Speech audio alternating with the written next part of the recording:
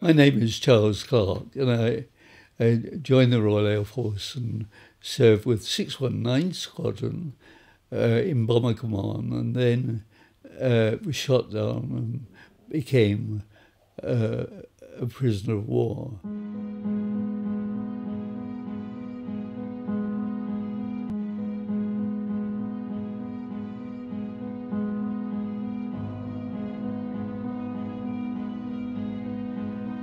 We were hit, and the port wing was on fire.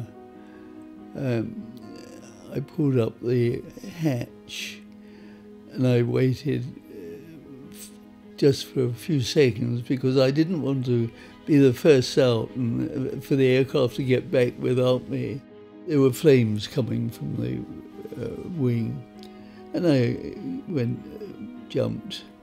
4 of us got out, 3 of us walked away. 1 broke a leg on arrival and 3 were killed in the aircraft.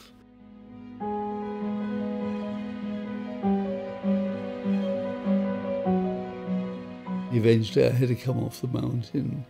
I came down onto a road, and to my horror there were German soldiers, and I was by a river which had frozen. I started to run across the river. It started, and they fired a shot, and that was the end of the war for me at that stage.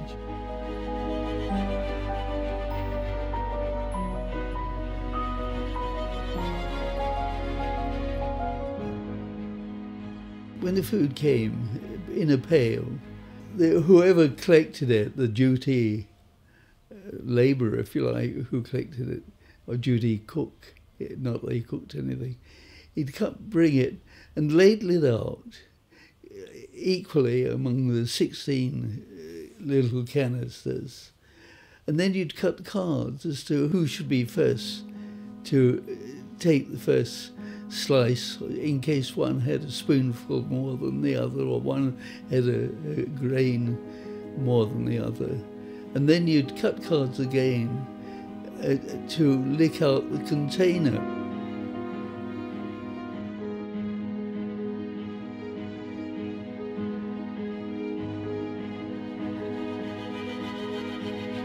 I mean, it was up to individuals to choose which way they went. I was never aware of any resentment or resistance to the escape.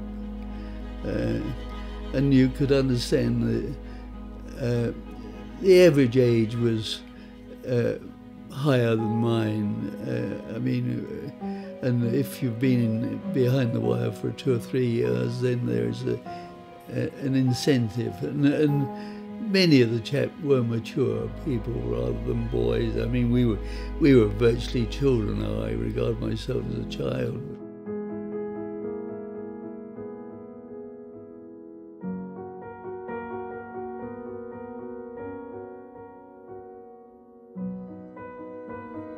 Horrified, I mean, because before that, escaping had been something of a sport, not strictly a sport, but you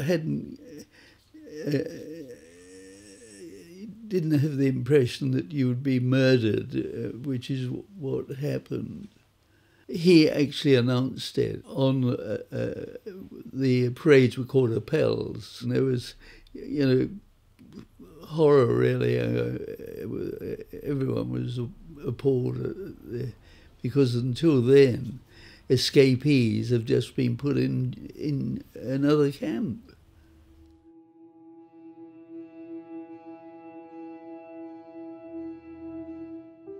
The Russians got within about 20 miles of us, and we could hear the guns, and we wondered whether we would be abandoned and left to the Russians. But to our surprise, and we had made some preparations for it, we were told we were going to be evacuated. I decided to make a sledge, and I made a sledge out of one of the seats we had, which had been a kind of packing case, and I put 2 slats on it, remembering I had no tools. I think we were let out about 12 o'clock and put on the road, and there was a blizzard, and say the temperature was -30 degrees. And it was about 18 hours on the road before we were given any shelter. There was snow.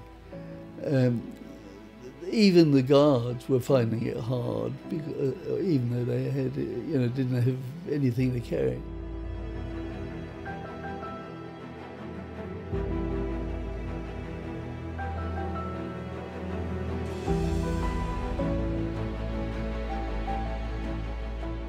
We were crowded in, you couldn't stretch out. There were obviously no sanitation, there was just a bucket there for us. And I think we were there in the truck for about 3 or 4 days.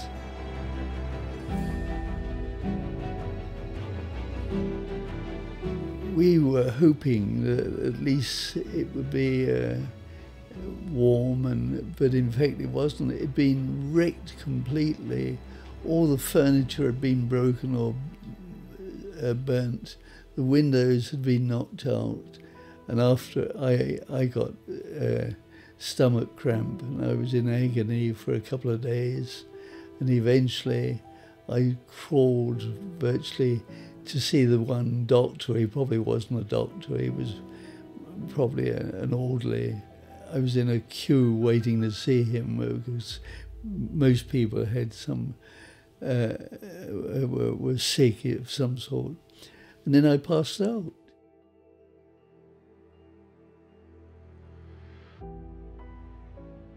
And then a bread wagon was coming just outside the camp, and it was shot up by one of our own aircraft, a Typhoon. If that aircraft had come down, we'd have lynched him. The little 4x4 type reconnaissance vehicle came in and we mobbed him. It was a British one. I don't think he knew where he was. I think he'd lost his way. But anyway, we were delighted to see him.